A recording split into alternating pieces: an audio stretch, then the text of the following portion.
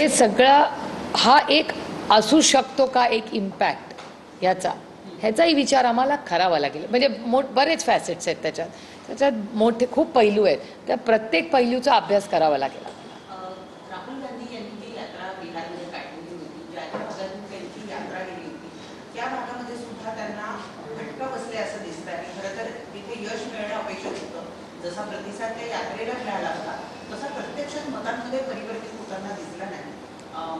राहुल गांधींच्या या यात्रा फेल होत आहेत असा त्यामुळे एक निष्कर्ष निघतो. नाही, मला असं वाटत नाही. याचं कारण असं की लोकसभेला तीच यात्रा खूप यशस्वी ठरली.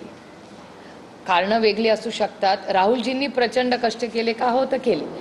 पण मला कधी कधी असं वाटतं, कदाचित माझं चुकीचंही असेल, पण एक लांबून बघण्याचं एक आत्ता मी कुठलाही अभ्यास केलेला नाही, त्याच्यामुळे 2 दिवसानंतर मी खरंच अभ्यास करून तुम्हाला स्पष्टपणे कारणं सांगू शकीन.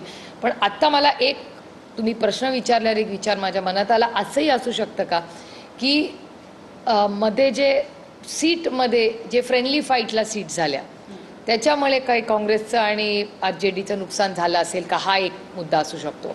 त्याच्यानंतर एक मुद्दा असाही असू शकतो की राहुलजी व स्टार कॅम्पेनर, ते निघून गेल्यानंतर तिथे जो फॉलोअप करायला जो मतदार न्यायला आहे की बाबा नेता येऊन गेला, पण त्याच्यानंतर ज्यांनी फॉलोअप करून बूथ बांधणी असेल किंवा तिथला जो BLO असेल, ते सगळं काम किती काँग्रेसनी केलं हे मला माहिती नाही. त्याच्यामुळे हाही प्रश्न आपल्याला विचारायला लागेल का